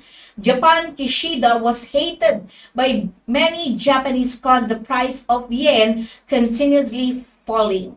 At sabi ni Capocino, ready na, tulong kay Zelensky galing sa katatapos na G7 dito sa Europe. Gusto ni Putin, aalis ang Ukraine sa NATO. At sabi ni Richard, Ukraine wasn't part of NATO because some other countries were against its membership. Mula naman kay Vian, adik din kasi si Zelensky.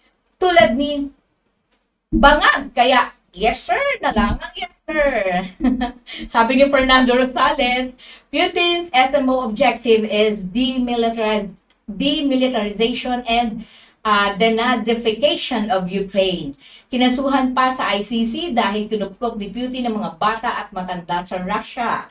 Sabi ni Ong, expansion ng US-led NATO ang ikinagalit ng Russia dahil unti-unti nang pinapakita ng US-NATO ang tunay nilang layunin. Pabagsakin ng Moscow, yan ang layunin ng US-NATO.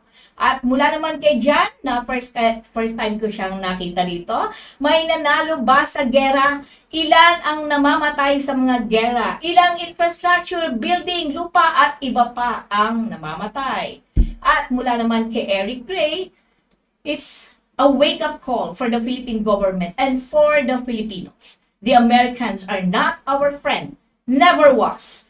They'll involve us in an unwinnable war. Scott Ritter said it best and on point. Sabi ni Roby Ledesma, tama si Duterte noon pa yan. Sinasabisa natin. Okay. Sinasabi sa atin. Okay. At sabi ni Kapu, katatapos lang ng petrodollar. At sabi ni Lawrence, dapat matagal na tayo bumili ng yuan. Sabi naman ni Jan, nangyayaring gera dahil sa interest ng mga corrupt politicians, corrupt organization, nakawa ng natural resources. Yan ang sabi ni Jan. At sabi ni Fernando, petrodollar by Nixon/Kissinger expired last May. Sabi ni Robert, babagsak na ang USD. At mula naman kay Vian, wala na ang US at EU. Tapos sabi uli ni Ann, kung nangangailangan sila ng maraming pera, bakit hindi nila inuutusan ng mga bangko, Canon Printing Press na gumagawa ng maraming pera? At sabi ni Sir Veliano Gonzaga Jr., better for the Philippines to join BRICS. At sabi ni Robert, ala na tayo ginto. Okay. At sabi ni Hannah, good evening po, watching from Leyte. Thank you, Hannah. At mula kay Lynn Mutas Sarko, good evening po, Ma'am Cathy and Sir Itos. Thank you po, Ma'am Lynn. At mula kay Brian Neil Librando, first time listener here. Thanks, Miss Cathy Cruz, for asking your question at the press con of the Schuller Institute. Sad that the mainstream media doesn't care about this at all. Are they all paid or in cahoots with? Well, actually, Brian, nagpapasalamat ako sa ibang mga mainstream na kinapture nila ang nangyaring emergency press con na ito ng Schiller. At especially to Manila Times, SMNI, and meron ding iba pang mga vloggers din na kilala na nag-share ng atin. So, thank you to all. Anyway, bago po tayo tuluyang magpilid ng ating palatuntunan, hingan muna natin ng mensahe ang Pangulo ng Katipunan ng Demokratikong Pilipino, walang iba kundi si Itos Valdes. Itos? Yeah, thank you, Cathy, and thank you sa mga reactions natin and questions, no? And comments, no? We welcome that. Again, I would like to encourage na lahat ng nanonood at nakikinig sa atin. Please do a lot of research. Nandun na sa labas.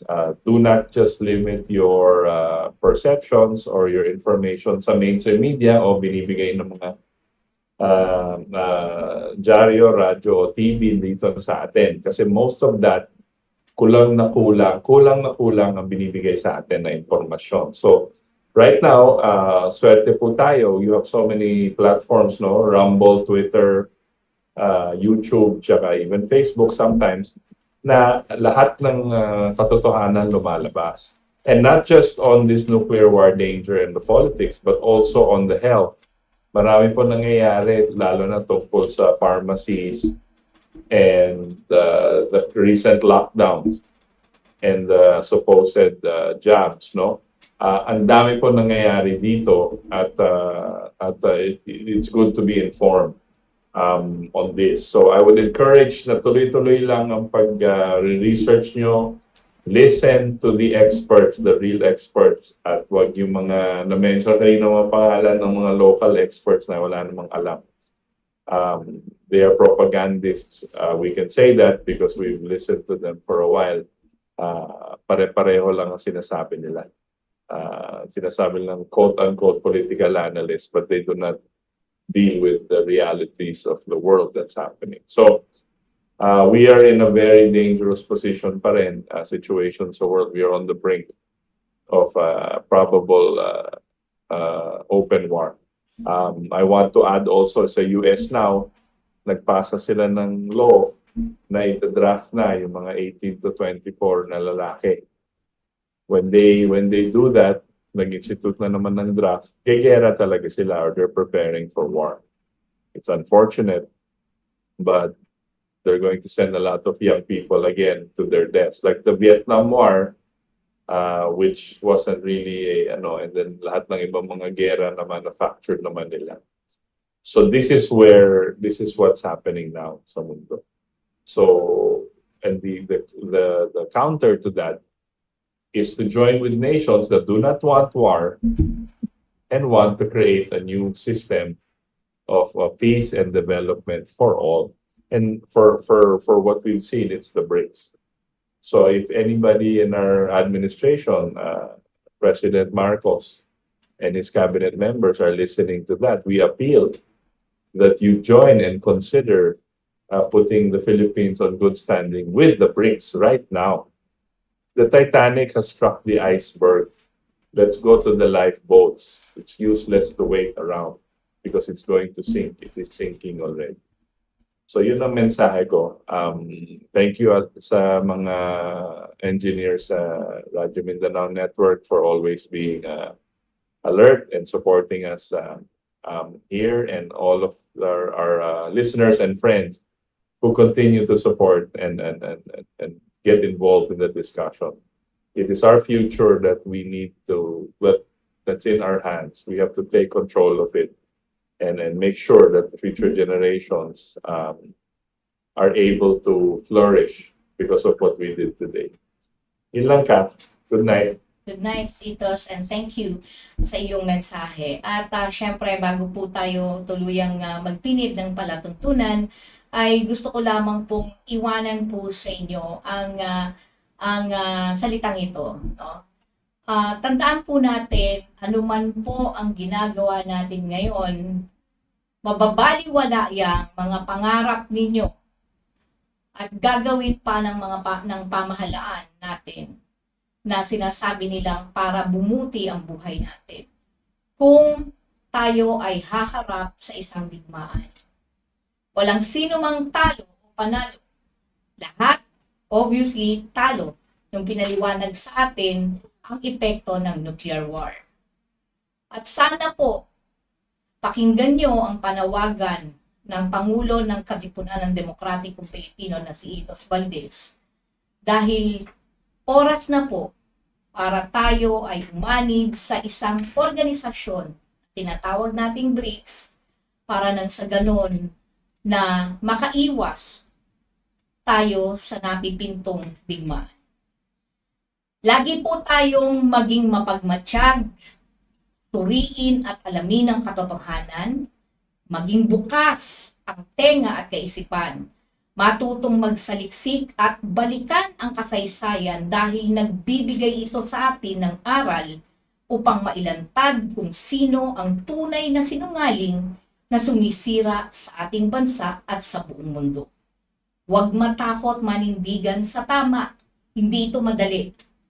Ilabas ang katotohanan dahil sa dulo, tayo ang lilikha ng isang makatarungan, payapa at maunlad na kinabukasan para sa ating kabataan. Gisingin ang ating mga pinuno sa publiko at sa pribadong sektor na ang pangangalaga ng tao, pagtataguyod ng pangkalahatang kapakanan at kabutihang panglahat, at ang pagsusulong ng kapayapaan ay dapat na kanilang pangunahing interes at pananagutan. With that, sa ngalan po ng Katipunan o Katipon ng palatuntunang ito at ang pamunuan ng Radio Mindanao Network at Katipunan Channel, lalo na po yung mga magagaling natin transmitter engineers at technician, mga broadcast technician sa loob at labas ng himpilan po ng DZXL kay Ver Archivido, kina Engineer Dominador Abogado, Valentin Villartica, Resurrection Ray Albesa, kay Erwin Makatangay, Cecilio Valencio, Alex Abelon Sr., kay Chris Narvaez, Daniel Fagunilo, kay Richard Ramirez. Maraming pong salamat sa inyo at sa lahat po ng bumubuo at pamunuan po ng RMN DZXL. Kami po ay pansamantalang nagpapaalam at nagpapasalamat na sinamahan ninyo kami, ang Hora de Peligro ng ating bayan at ng buong mundo. Hanggang sa linggo pong muli mga katipon, alas 7 hanggang alas 9 ng gabi. Magandang gabi po sa inyong lahat.